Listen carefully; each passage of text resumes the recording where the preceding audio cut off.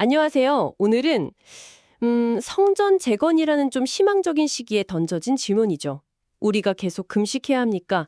여기서 시작된 설교, 순종을 저버린 헛된 경건을 좀 깊이 파헤쳐 보려고 합니다. 네, 스가랴서 7장을 중심으로 그 70년간 해왔던 실품의 금식이 과연 하나님 앞에서 어떤 의미였는지, 또 하나님께서 정말 원하시는 건 뭐였는지 한번 이 설교 내용을 따라가 보죠. 이 설교가 다루는 게 표면적으로는 그 금식이라는 종교 행위에 대한 질문인데요. 네. 근데 사실 파고들면 훨씬 더 근본적인 문제예요. 바로 하나님과의 관계, 그 본질에 대한 거죠. 아, 관계의 본질이요? 네, 설교에서는 이 스가랴서 전체 짜임새, 그 구조를 통해서 하나님이 진짜 원하시는 게 그저 형식적인 종교 활동이냐, 아니면 마음에서 우러나오는 순종, 또 삶의 변화냐, 이걸 아주 선명하게 드러내고 있습니다. 그렇군요. 그래서 오늘 우리는 이 설교를 통해서 하나님께 돌아간다는 것의 진짜 의미, 그 깊은 속뜻이 뭔지 함께 탐구해 보면 좋겠습니다. 하나님께 돌아간다는 의미를 탐구한다. 네, 기대가 됩니다.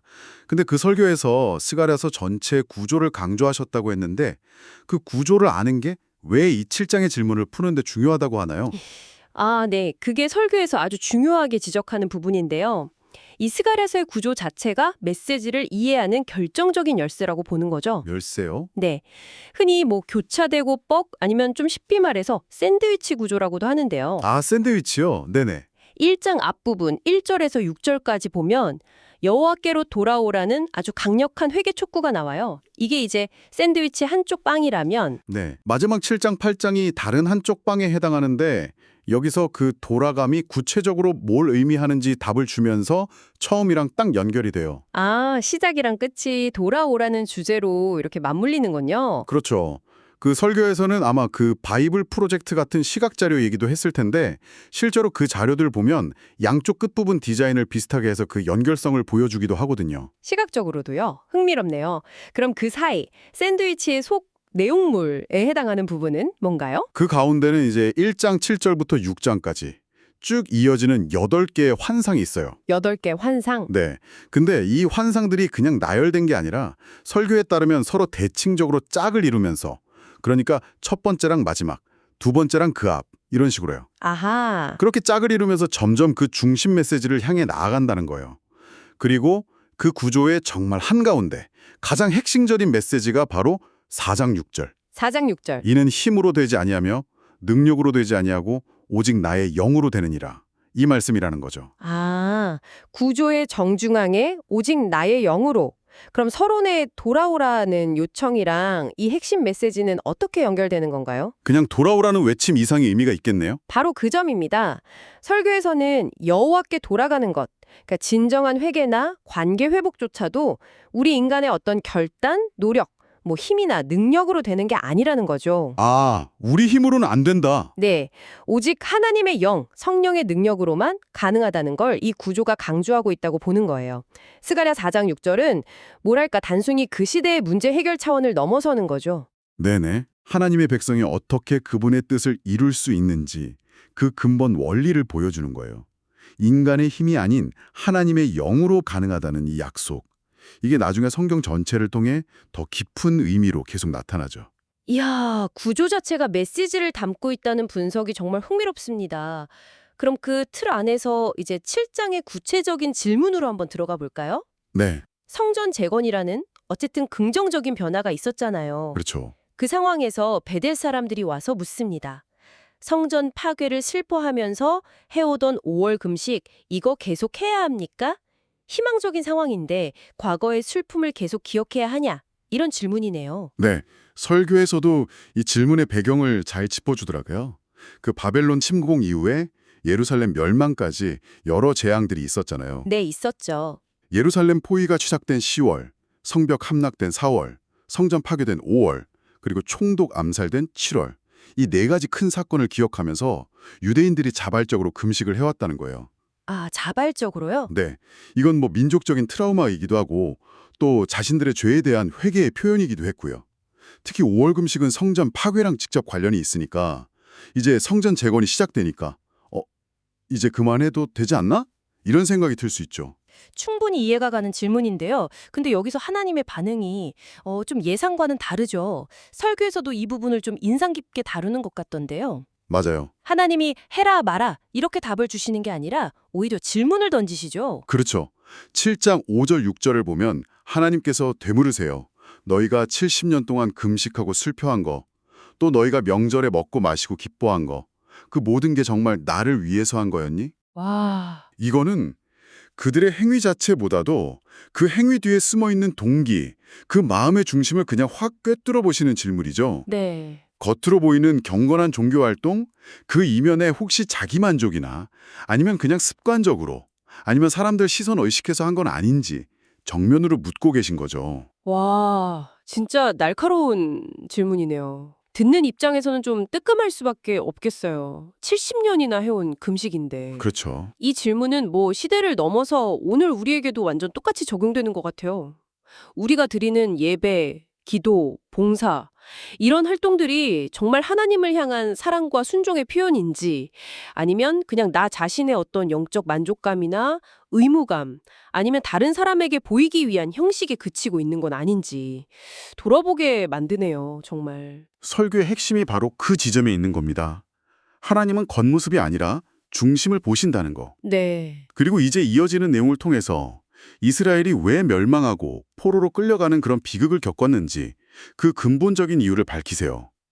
설교는 그게 금식 같은 종교적인 의무를 소홀히 해서가 아니었다고 강조합니다. 아, 금식 안에서 망한 게 아니다. 네, 진짜 이유는 따로 있었다는 거죠.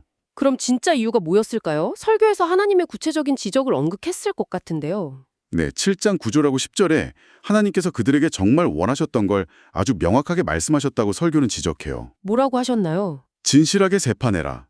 서로에게 인자함과 불쌍히 여김을 베풀어라. 과부와 고아, 나그네와 가난한 사람을 억압하지 말라. 마음속으로 서로 해치려고 계획하지 말라. 이 명령들 보면 뭐 복잡한 종교 의식이 아니잖아요. 너무나 기본적인 사회 윤리예요. 이웃과의 관계에서 정의와 긍휼을 실천하는 삶, 그거였어요. 하나님께서 원하신 건 뭐 거창한 제사 이런 게 아니라 그냥 서로 사랑하고 공의롭게 대하는 아주 기본적인 삶의 태도였군요. 그런데 그들의 반응은 어땠나요? 비극적이죠. 7장 11절을 보면 그들이 듣기를 싫어하여 등을 돌리며 듣지 아니하려고 귀를 막았다고 기록되어 있어요. 귀를 막아버렸다? 네, 설교는 여기서 듣는다는 히브리어 쉐마의 중요성을 강조하는데요.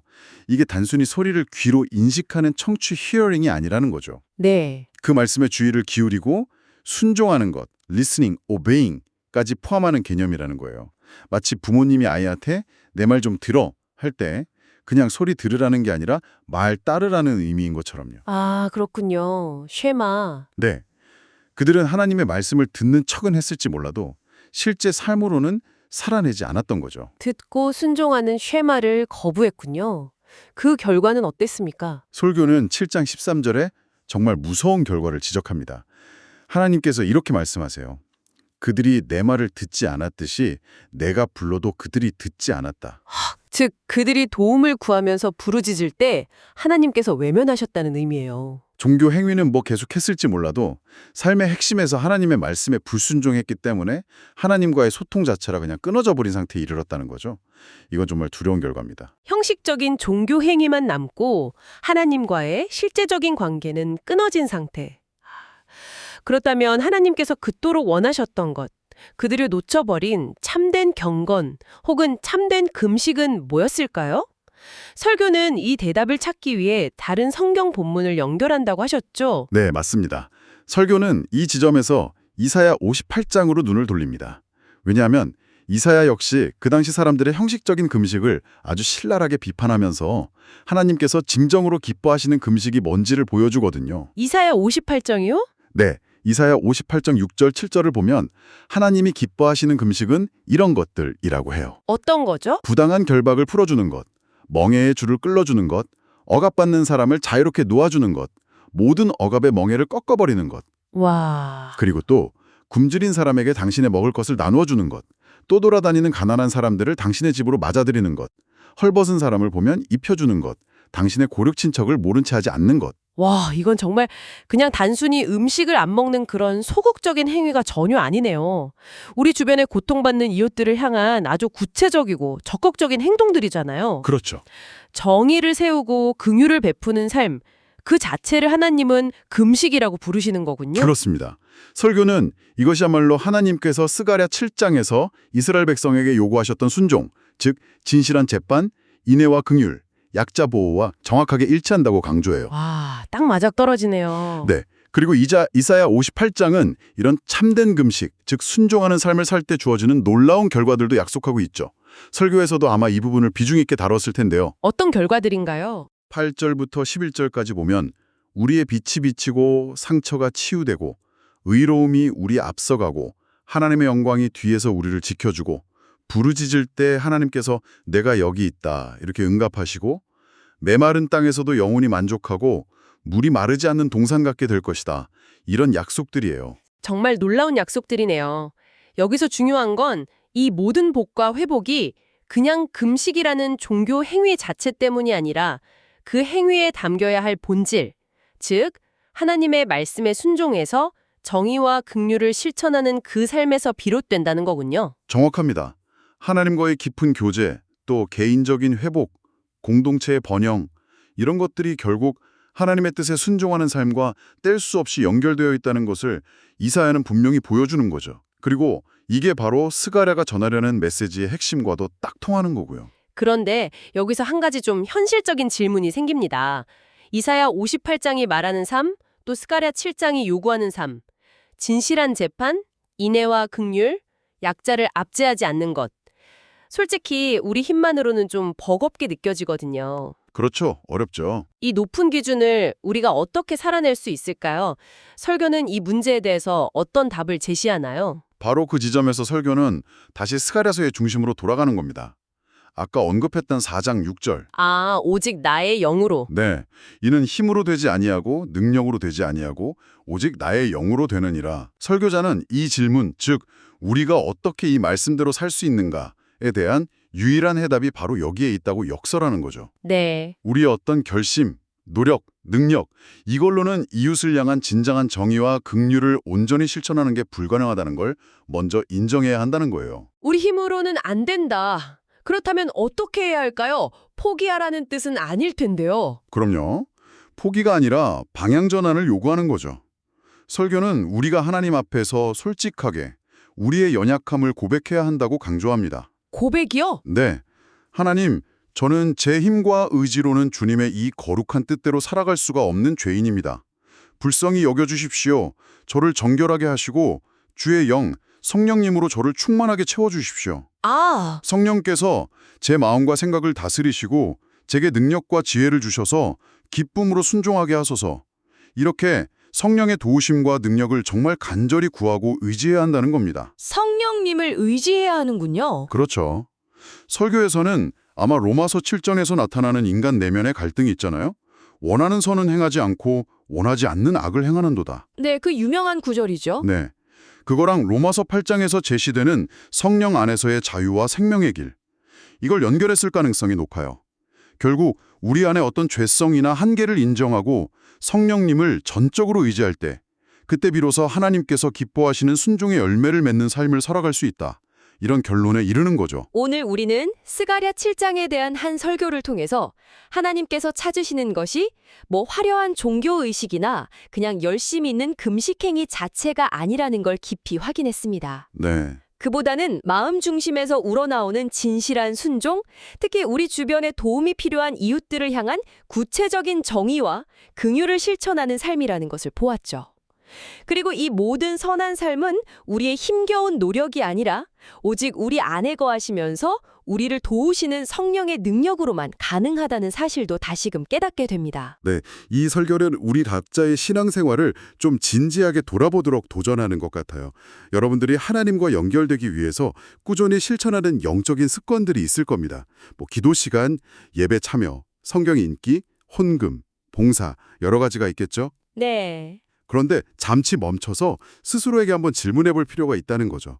혹시 이런 활동들이 그냥 나 자신의 감정적인 만족이나 이거 해야 해 라는 어떤 종교적 의무감 혹은 그냥 형식적인 틀에만 머물러 있지는 않습니까? 음. 오늘 우리가 살펴본 설교가 그토록 강조했듯이 하나님께서 무엇보다 중요하게 여기시는 이웃을 향한 구체적인 긍휼과 정의의 실천, 이걸로 여러분의 믿음이 어떻게 더 생생하게 표현될 수 있을까요?